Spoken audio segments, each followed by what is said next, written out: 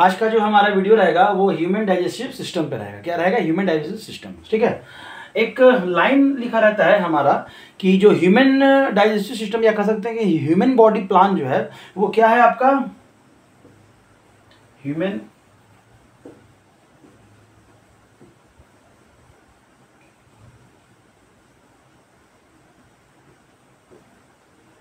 ये क्या है आपका?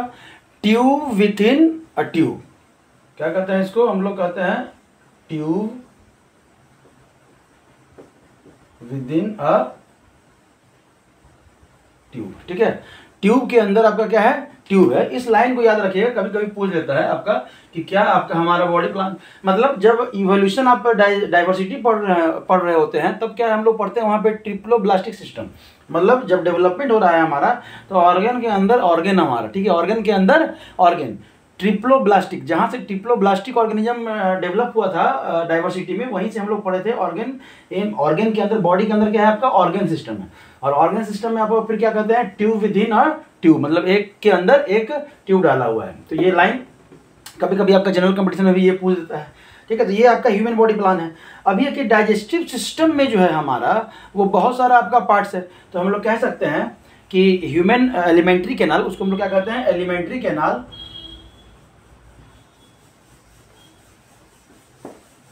क्या कहते हैं? एलिमेंट्री कैनाल जो है आपका, ठीक है, वो मतलब डाइजेस्टिव ट्रैक्ट आप कहिए, डाइजेस्टिव ट्रैक्ट आप कह सकते हैं। ठीक है, ट्रैक्ट डाइजेस्टिव, जहाँ से आपका भोजन जो है ना वो आगे बढ़ता है और डाइजेस्ट होता है। क्या होता है? आगे बढ़ता है और डाइजेस्ट होता है। ये है क्या? एलिमेंट्री कैनाल जो है ना,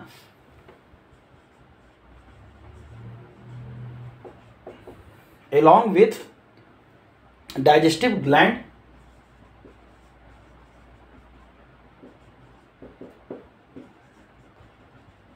along with digestive glands, ठीक है, present in the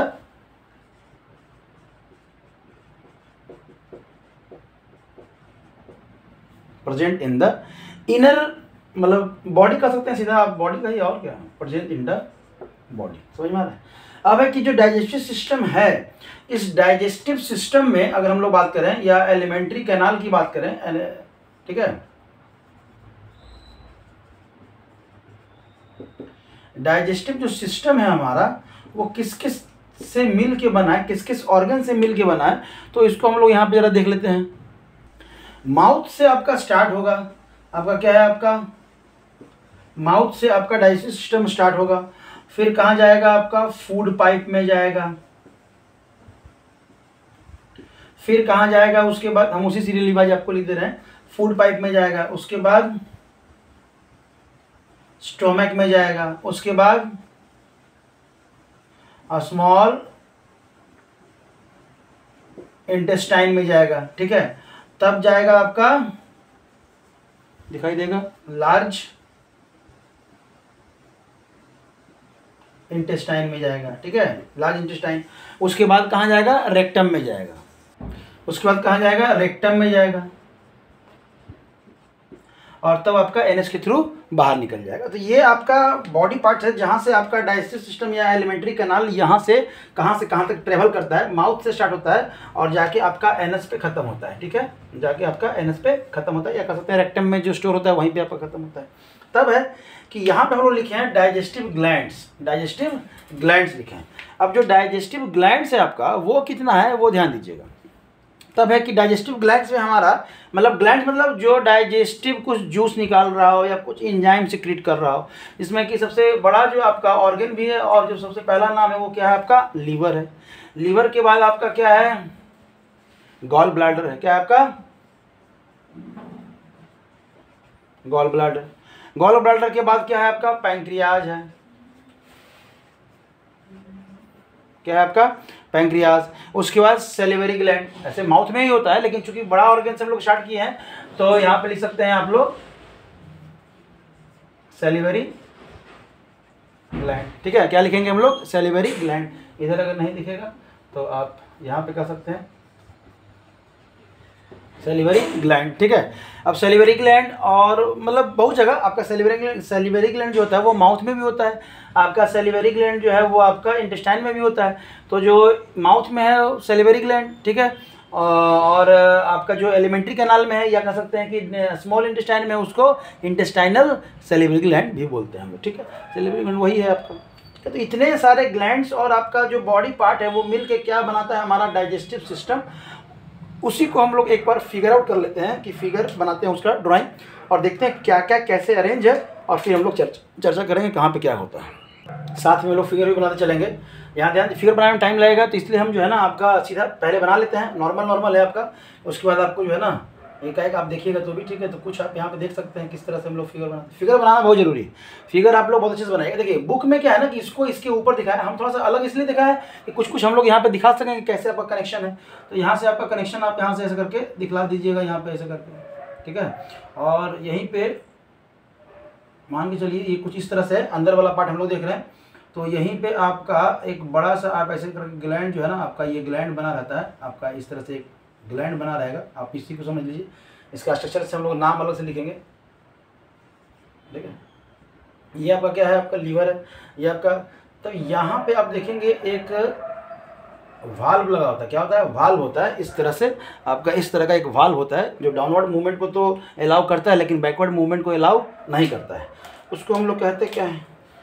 तो यहाँ के बाद फिर आप इस तरह से आप यहाँ जहाँ तक दिखेगा ठीक है।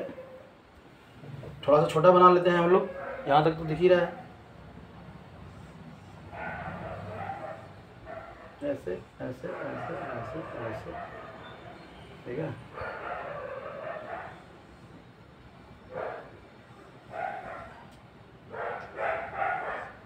और इस तरह से आप यहाँ पे आप ऐसे बना सकते हैं, ठीक है।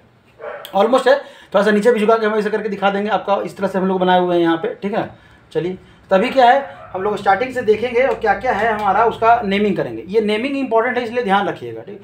नेमिंग क्या क्या इंपॉर्टेंट है, तो यहाँ पे आपको कुछ जो है ना इस तरह से करके दिखेगा यहाँ पे, यहाँ पे। फिर इसके ऊपर में भी जो है ना आपका यहाँ पे इस तरह से आपका मान के चलिए कि एक ऐसा ग्लैंड, ये सब ग्लैंड्स हैं जो प्रेजेंट होते हैं। तब क्या है, क्या क्या है आपका समझिएगा। ये जो स्ट्रक्चर है आपका, इसको हम लोग कहते हैं पैरोटिड ग्लैंड। क्या कहते हैं हम लोग, पैरोटिड ग्लैंड, पैरोटिड ग्लैंड, ठीक है। समझ में आ रहा है। तब है ये जो ओपनिंग है आपका, ये ओपनिंग क्या है आपका, माउथ है। क्या है आपका, माउथ है। दिन में भी इतना कुत्ता भुगता है ना, कुछ कहने का ही नहीं है। चलिए तभी क्या है, ओरल कैविटी, ये आपका क्या है, माउथ है। और ये जो है यहाँ वाला जो पार्ट है उसको हम लोग कह सकते हैं ओरल कैविटी कह सकते हैं, ओरल कैविटी कह सकते हैं। ध्यान से दीजिएगा ऑर्गन को। अगर आप बुक कॉपी अगर एग्जाम में बना रहे हैं तो एक ही साइड आप राइट साइड जो है ना अपने फिगर के राइट साइड जो है आप लेवलिंग कीजिएगा तो ज़्यादा अच्छा रहेगा। दोनों साइड बराबर मत कीजिए, कोशिश कीजिए एक ही साइड सारा लेवलिंग करने का। कुछ जो नाम अगर बच जाए तो उसको आप राइट साइड कर सकते हैं, लेकिन फिगर में कभी भी दोनों साइड नहीं करना चाहिए, ये अच्छा नहीं माना जाता है। तो ये सब सिर्फ सीखेंगे हम लोग थोड़ा थोड़ा ये सब करके। तब है आपका ये जो है आपका, इसको हम लोग कहते हैं फूड पाइप कहते हैं। और इसी का आपका नाम क्या है, ओएसोफेगस है। क्या नाम है,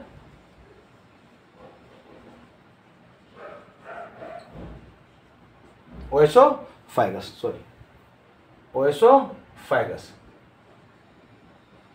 ठीक है। ओएसोफेगस फूड पाइप भी कहते हैं और ओएसोफेगस भी कहते हैं हम लोग। तब उसके नीचे अगर आइएगा तो यहाँ जो ये लगा हुआ है ना, ये जो वाल्व लगा हुआ है, इस वाल्व को हम लोग कहते हैं स्फिंक्टर कहते हैं। क्या कहते हैं, स्फिंक्टर। ये बैकवर्ड मूवमेंट को रोकता है। बैकवर्ड मतलब ये कुछ इस तरह का आपका है जो ऊपर से तो यहाँ अलाउ करता है लेकिन ये बैकवर्ड मूवमेंट को रोकता है। इसीलिए हम लोग खाना खाने के बाद अगर शीर्षासन भी करने लगे, मुंडी के बल पे भी खड़े हो जाए तो आपका खाना वो मुंह में नहीं आता है, ठीक है। जैसे मान लीजिए कि ये बोतल है, सपोज ये बोतल है, अब इसमें कुछ पानी भरा हुआ है। इसको अगर हम इसका यहाँ से ऐसे करके हम खोल दें और अगर नीचे ऐसा गिरा है तो ये पानी क्या हो जाएगा, गिर जाएगा। लेकिन तभी क्या ढक्कन हमको लगाना पड़ता है। लेकिन हम अगर शीर्षासन मुंह खोलकर भी अगर उल्टा हो गए खाना खाने के बाद भी, तो भी हमारा एक बूंद भी पानी भी हमारे मुंह में नहीं आता है, ठीक है। जो वो बूंद पानी है वो आपका सलाइवा है, लार है आपका, जो आपके माउथ में होता है। बाकी फूड पाइप से जो यहाँ तक आ गया है खाना, वो बैक नहीं जाता है। तब है कि वो बैक क्या होता है, तो अलग एक्सट्रीम कंडीशन में जब हमारा ज़्यादा एसिडिटी, यहाँ का एसिडिटी बढ़ जाता है, मतलब यहाँ का गैस प्रेशर बहुत ज़्यादा बढ़ जाता है, ये वाल्व है ना वो अपोजिट की ओर खुलता है और तब वोमिटिंग हो जाता है। ये कब होता है, जब हम लोग 3-4 हंडिया खा लेते हैं, पार्टी में जाकर ठूस लेते हैं, तब।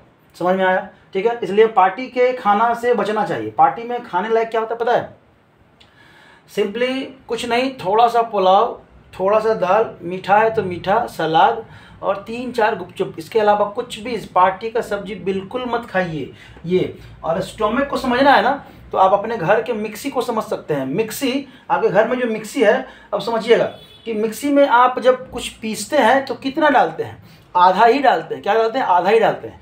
आधा से ज़्यादा अगर भर दिए तो मिक्सी चलेगा नहीं सही से, और उससे भी ज़्यादा अगर भर दिए तो आप कितना भी उसको ढक्कन को दबा लीजिए, वो जब चालू करेंगे वो ढक्कन फेंक ही देता है। मतलब वही चीज़ है यहाँ पे भी। एकदम मिक्सी जो है ना, मिक्सी के फंक्शन को समझ गए, इसके फंक्शन को समझ गए। हम लोग जो बोलते हैं ना कि हम लोग यहाँ तक खा लिए, अब घुसेगा नहीं, दम नरेटी तक भर गया है, एक्चुअली में वो हमारा 50% से थोड़ा सा ज़्यादा जो है ना वो भरना शुरू करता है, ठीक है। 50% से ज़्यादा भरना शुरू होगा, आपको अकबकी लगना शुरू हो जाएगा। समझ में आया, एक्सपेंडेबल है, थोड़ा सा एक्सपेंड होता है ये अलग अलग करके, ठीक है। तभी क्या है, अगर ज़्यादा भर देंगे तो वो वेंटिंग हो जाता है। क्यों, क्योंकि वहाँ भी वही मूवमेंट होता है जो आपका मिक्सी में होता है। ये इस तरह करके आपका यहाँ से जो HCl वगैरह जो सीक्रेट होता है वो मिक्सअप होता है इसमें, ठीक है। चलिए, तब है हमारा यहाँ पे जो आपका ये है, ये क्या है, इसका स्टोमक है। क्या है आपका, स्टोमक है। ऑलमोस्ट हम लोग पढ़े हैं स्टोमक।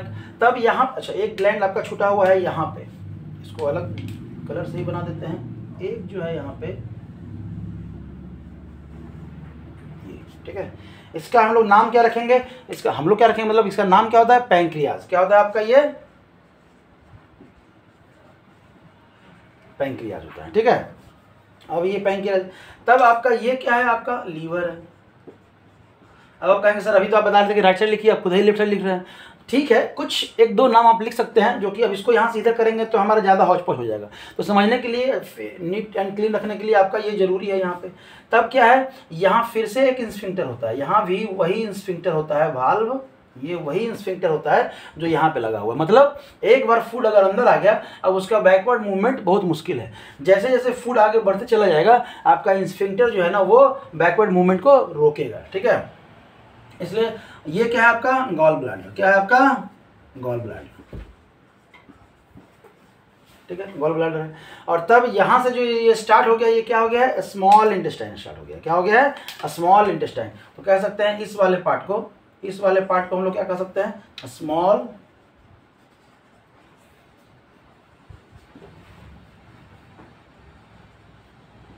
ठीक है, स्मॉल इंटेस्टाइन। स्मॉल इंटेस्टाइन का 3 पार्ट, आपका ड्यूोडेनम, जेजुनम और इलियम। तो वहाँ पे हम लोग देखेंगे बाद में कि 3 पार्ट जब हम लोग करेंगे तो स्मॉल, यहाँ समझिए कि यहाँ आपका स्मॉल इंटेस्टाइन क्या है, स्टार्ट हो गया है। और स्मॉल इंटेस्टाइन स्टार्ट हो गया तो आप इस तरह से करके जो है ना, आप यहाँ पे कुछ आप ऐसे, ठीक है। यहाँ पे आपका कनेक्शन है जो लार्ज इंटेस्टाइन में, और ये क्या है आपका, लार्ज इंटेस्टाइन। क्या है आपका, लार्ज इंटेस्टाइन है, लार्ज, बड़ी आंत जिसको हम लोग कहते हैं, हिंदी में बड़ी आंत कहते हैं। और तब यहाँ पे, तब है इसका आपका कोलोन। इस पार्ट को हम लोग क्या करते हैं, लार्ज इंटेस्टाइन की इस पार्ट को हम लोग क्या कहते हैं, कोलोन कहते हैं। क्या कहते हैं, कोलोन कहते हैं। अब है ये असेंडिंग कोलोन, इधर डिसेंडिंग कोलोन, इतना आपका लिखा रहेगा, उतना आपको करने का जरूरत नहीं है। आप अगर कोलोन लिख दिए हैं तो भी कोई दिक्कत नहीं है। समझ में आ रहा है, ठीक है। तब जब हम लोग इंटेस्टाइन का पार्ट बोलेंगे, 3 पार्ट है आपका कोलोन है, सिक्कम है और रेक्टम है। तो यहाँ पे रेक्टम, जहाँ पे सारा वेस्ट मटेरियल क्या होता है आपका, स्टोर होता है। आपको दिख नहीं रहा है, यहाँ पे हम लिख देते हैं रेक्टम, ठीक है। यहाँ पे हम लोग लिख लिए हैं, आपको दिखा देते हैं। यहाँ पे देखिए, यहाँ पे लिख लिया। और तब यहाँ पे एक एक्स्ट्रा आपका ये जो पाया जाता है, इसको क्या कहते हैं हम लोग, अपेंडिक्स कहते हैं। क्या कहते हैं, अपेंडिक्स। अपेंडिक्स एक वेस्टिजियल ऑर्गन, एक ऐसा ऑर्गन जो अभी यूजलेस है हमारा, फ्यूचर में मतलब फ्यूचर क्या पास्ट में कभी ये यूज हुआ करता था, उतना अब हम लोग नहीं जाएंगे डिटेल में। हम लोग जाने कि अभी हमारे बॉडी में वेस्टिजियल ऑर्गन है। आप किसी किसी का सुने होंगे कि अपेंडिक्स हो गया। अपेंडिक्स हो गया मतलब अपेंडिक्स तो ऑलरेडी हमारे पास है ही, हो नहीं गया मतलब खराब हो गया है बोलने के, लेकिन बोलचाल की भाषा में हम लोग क्या बोलते हैं, अपेंडिक्स हो गया। उसको अपेंडिक्स नहीं हुआ, अपेंडिक्स खराब हो गया मतलब, क्योंकि अपेंडिक्स तो हमारा जन्म से ही है ही। वेस्टिजियल ऑर्गन है कहाँ पे है, जहाँ पे स्मॉल इंटेस्टाइन आपका किससे मिला है, लार्ज इंटेस्टाइन से मिल रहा है ना, तो वहीं पे आपका ये ऑर्गन है। तब क्या है, कभी कुछ फूड पार्टिकल वगैरह अगर अपेंडिक्स में आ गया, किसी तरह से फंस गया, तो वहाँ बैक्टीरिया डेवलप करने लगता है और वही पस बनता है। पस बन के वो थोड़ा सा फूल जाता है, आपके पेट में दर्द स्टार्ट होगा। और पेट में दर्द अगर ज़्यादा हो गया, मेडिसिन मतलब लेट कर दिए, तो आपको डॉक्टर क्या बोलता है, काट के उसको हटा देना है। मतलब हम लोग अगर स्वस्थ हैं अभी भी हैं तो काट के हटा सकते हैं, कोई दिक्कत नहीं है। लेकिन चूंकि जब स्वस्थ हैं कोई दिक्कत नहीं, तो पेट काहे चिरे, समझ में आ रहा है। इसलिए अलग से इसको अभी हम लोग काट के हटाते नहीं जब तक हम लोग स्वस्थ रहते हैं। जब ये खराब होता है, इन्फेक्शन होता है, तो फिर इसको हम लोग काट के क्या करते हैं, रिमूव कर देते हैं। तो ये ऑलमोस्ट जो है आपका कोशिश की है यहाँ पे हम सारे पार्ट्स को बताने का, डाइजेस्ट सिस्टम में क्या क्या है। अब है कि कहाँ पे क्या होता है, इसको जरा हम लोग समझेंगे, ठीक है। देखिए एलिमेंट्री कैनाल जो है उसका जो आपका लंबाई होता है, क्या होता है आपका एलिमेंट्री कैनाल का जो लंबाई होता है वो लगभग कहीं कहीं लिखा रहता है 5 से 7 मीटर, कहीं कहीं लिखा रहेगा 8 से 10 मीटर। तो ये ऑन एन एवरेज है, मान के चलिए कि 7 से जो है ना आप एवरेज आप कह सकते हैं, इतना ना कहिए तो 7 से जो है ना 8 या 9 आप मीटर जो है ना आप ले सकते हैं। ओवरऑल ये एवरेज है आपका एलिमेंट्री कैनाल का मीटर में।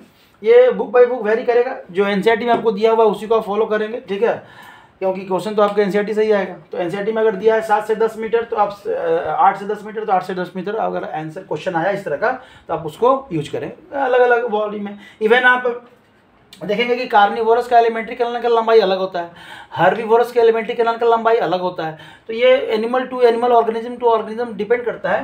तभी क्या है कि एक एवरेज लेके चलना है, ठीक है। तो ह्यूमन बींग का चूंकि हम लोग पढ़ रहे थे, उनका आपको जो एनसीईआरटी में दिया उसको फॉलो कीजिए। तभी क्या है, स्टार्ट कहाँ से हुआ हमारा डाइजेशन, हम लोग कह रहे हैं कि माउथ से स्टार्ट हुआ। कहाँ से स्टार्ट हुआ, माउथ से। माउथ में होता क्या है, माउथ में देखिए, माउथ में क्या है ना, लार ग्रंथि है, मतलब सेलिवरी ग्लैंड है। क्या है आपका, सेलिवरी ग्लैंड आप कह सकते हैं।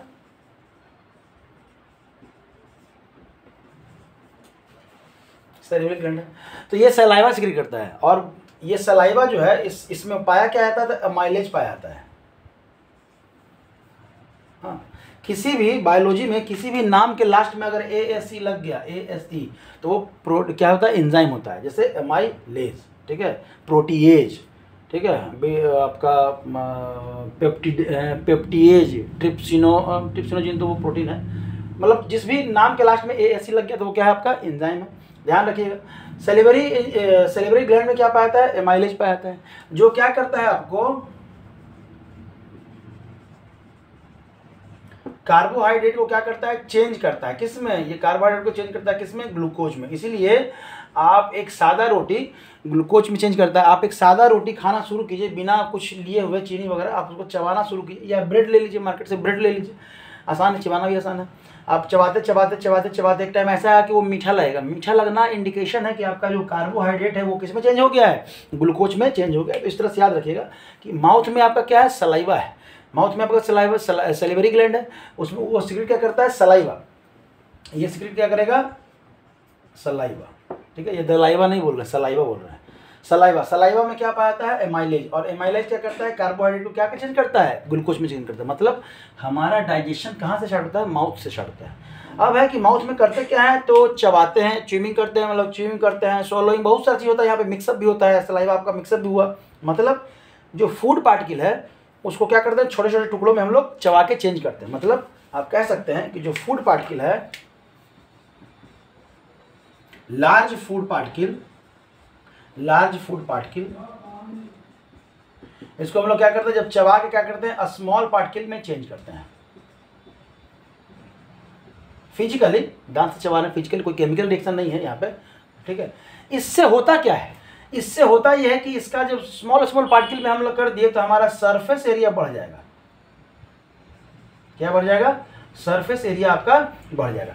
अब जब सरफेस एरिया बढ़ जाएगा तो ज़्यादा सरफेस में सलाइवा क्या हो जाएगा, मिक्सअप होगा। जब ज़्यादा सरफेस में सलाइवा मिक्सअप होगा तो आपका क्या हो जाएगा, ज़्यादा आपका आसानी से डाइजेशन होगा कार्बोहाइड्रेट का, किस में, ग्लूकोज में। समझ में आया, तब इसके बाद जब इतना हो गया तो फूड को हम लोग धकेलते हैं। फूड कहाँ बोलते हैं? धकेलते हैं जीभ की मदद से। जीभ और एक फूड पाइप है, उसकी मदद से हम लोग फूड को धकेलते हैं नीचे, नीचे धकेले, ठीक है। होता क्या है, तो उसको हम लोग कहते हैं मतलब बकल कैविटी। कहने में बकल कैविटी क्या करता है, आपको फूड को नीचे धकेलने में हेल्प करता है।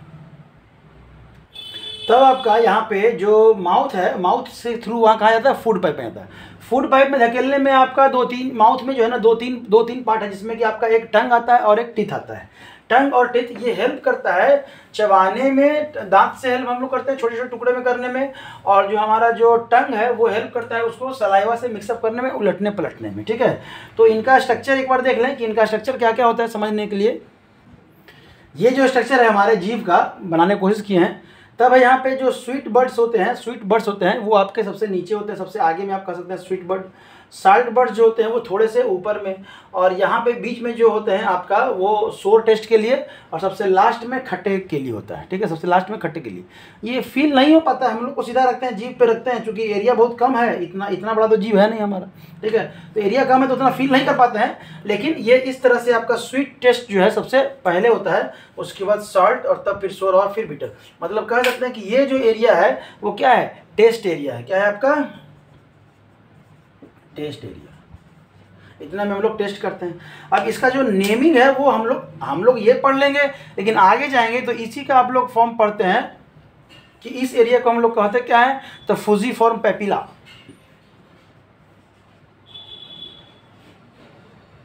फूजिफॉर्म पेपिला, ठीक है। फूजिफॉर्म आपका पेपिला कहते हैं। अब है इसी के ऊपर जो है वो फिलीफॉर्म पेपिला, इसी के जस्ट ऊपर जो है आपका वो क्या कहलाता है, फिलीफॉर्म, ठीक है।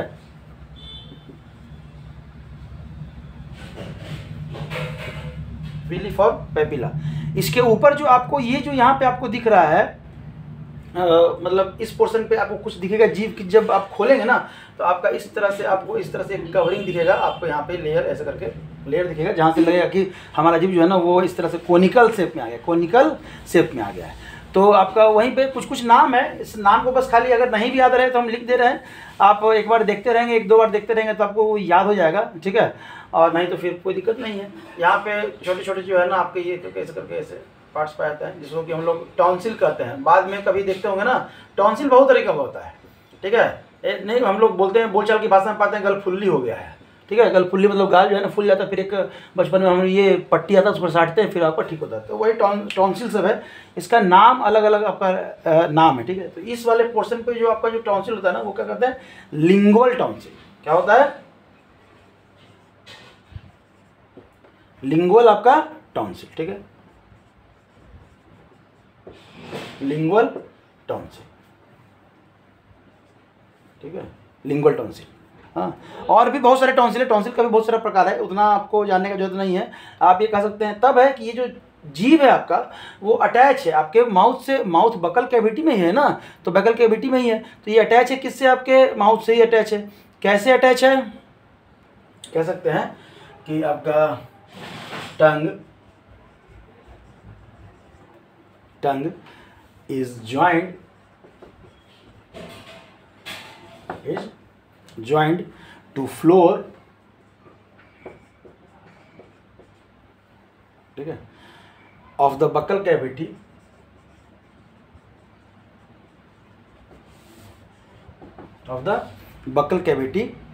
by frenulum lingua, by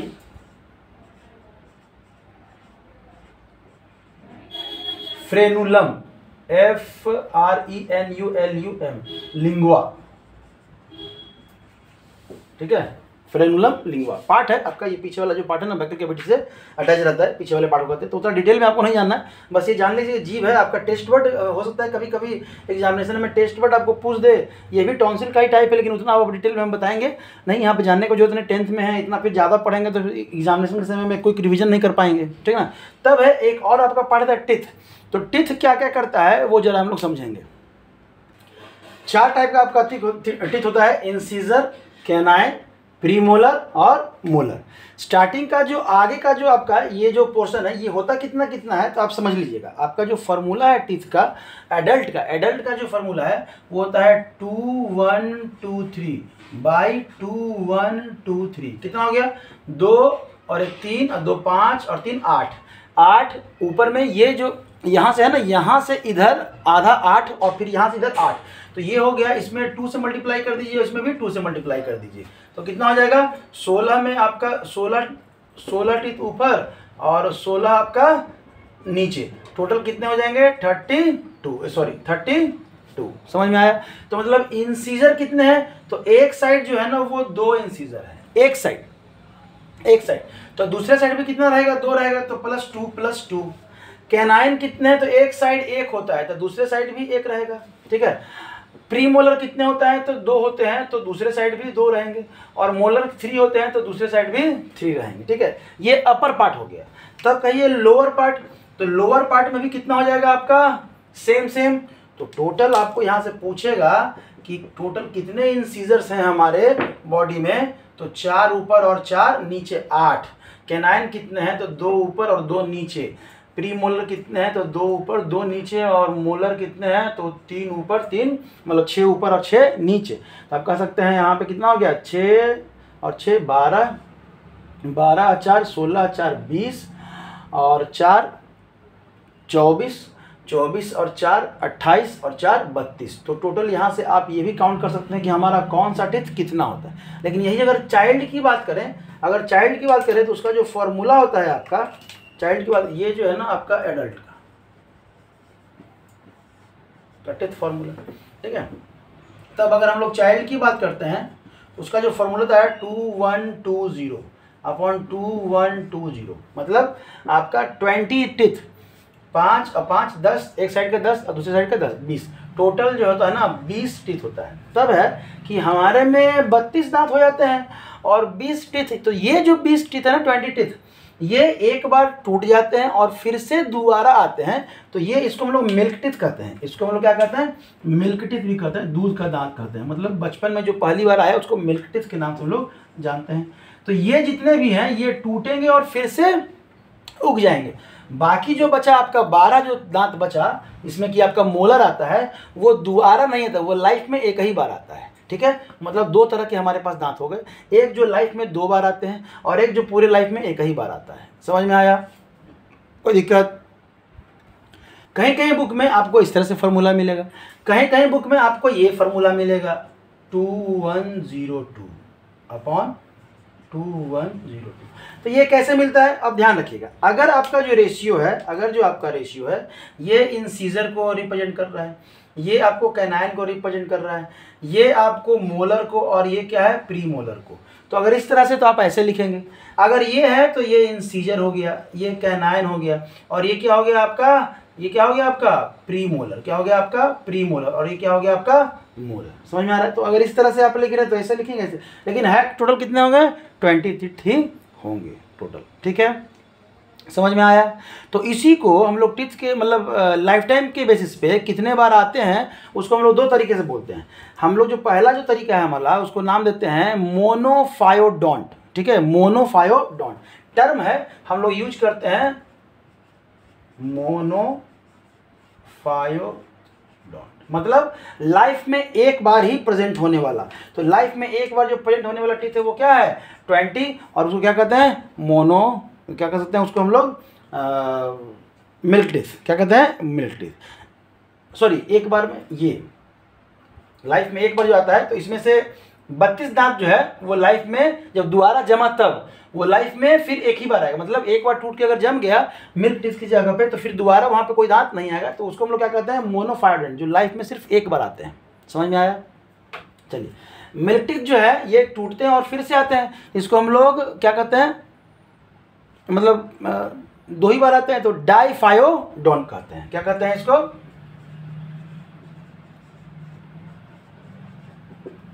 अगर बार बार टूट के आए, तो इसी टर्म को हम लोग क्या बोलेंगे? अगर बार बार आ रहा है टूट कर दांत, तो उसको हम लोग कहेंगे polyphyodont. Many time in life, many times in life. ठीक है, तो इस तरह से समझेंगे, वर्ड समझ लीजिएगा, कोई दिक्कत नहीं होगा आपको। तो मिल्क टीथ आपका परमानेंट टीथ, जो बाद में जब ये टूटने के बाद जो टीथ आता है उसको हम लोग परमानेंट भी टीथ कहते हैं। परमानेंट मतलब अब ये दोबारा आने वाला नहीं। तो अगर एक्चुअल में देखा जाए तो इसमें से 12 ही टीथ है ना जो एक ही बार आता है, बाकी जो मिल्क टीथ है ना टूट के दोबारा आता है। हाँ, लेकिन दोबारा आने के बाद फिर जो 32 दांत है टोटल, वो आपका मोनोफायोडोंट कहलाता है, कि वो दोबारा अब मतलब नहीं आने वाला है। ये एक बार टूट के फिर से आता है तो डाइफायोडोंट, लाइफ में 2 बार, मतलब ट्वाइस इन अ लाइफ।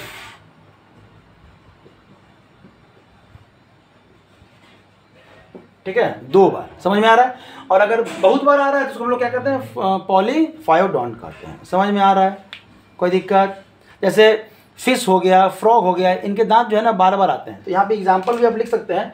यहाँ पे इनका जो पॉलीफायोडोंट का जो एग्जाम्पल होगा आप लिख लीजिए, फिश होगा और क्या होगा, फ्रॉग होगा, पानी में रहने वाला। ठीक है, और बाकी जो हम लोग का जो मोनोफायोडेंट्स है तो हम लोग का तो है ही, बाकी कुछ और एनिमल्स हैं जिसका कि आप लोग एनसीईआरटी में लिखा होगा, वो एग्जाम्पल आप लिख सकते हैं। ये माउथ का रहा कि आपका टंग है और टीथ है। अब टीथ में आपका 4 टाइप का, इनका फंक्शन क्या क्या है समझ लीजिएगा। ठीक है, तो इनका जो फंक्शन है, अगर हम लोग फंक्शन देखें तो पहला इंसीजर, जितने भी इंसीजर्स हैं आपका, उसका फंक्शन क्या है, तो ग्रेविंग द फूड, ये क्या कहता है,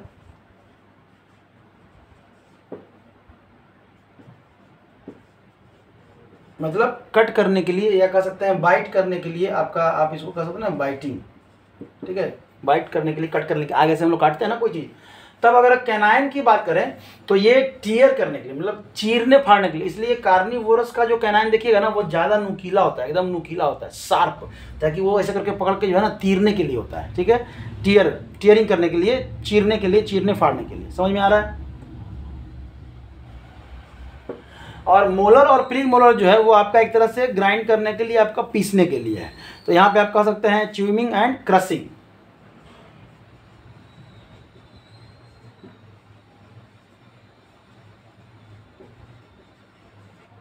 क्या कह सकते हैं आप, क्रशिंग, च्यूइंग एंड क्रशिंग। समझ में आया, कोई दिक्कत? तो यहाँ पे इस तरह से समझ लेना है कि मोलर और फ्री मोलर का आपका क्या काम है। दोनों का लगभग आपका सेम ही है कि च्यूइंग एंड क्रशिंग, मतलब पीसता है, एक तरह से पीसने का। बस इनका याद रखिए कैनाइन का, तो कार्निवोरस का कैनाइन जो है ना वो ज़्यादा पॉइंट होता है। तब ये रहा पूरा माउथ का टीथ के स्ट्रक्चर। और तब हम लोग चलेंगे, अब लंबा ज़्यादा वीडियो नहीं करना है, इस नेक्स्ट वीडियो में हम लोग मिलेंगे, इसमें कि हमारा फूड वो एसोफेगस से होते हुए कहाँ तक पहुँचेगा, एनस तक पहुँचेगा, और उसके बीच बीच में क्या क्या उसमें केमिकल या मेटाबॉलिक एक्टिविटी होता है वो सब हम लोग जानेंगे। ठीक है, थैंक यू।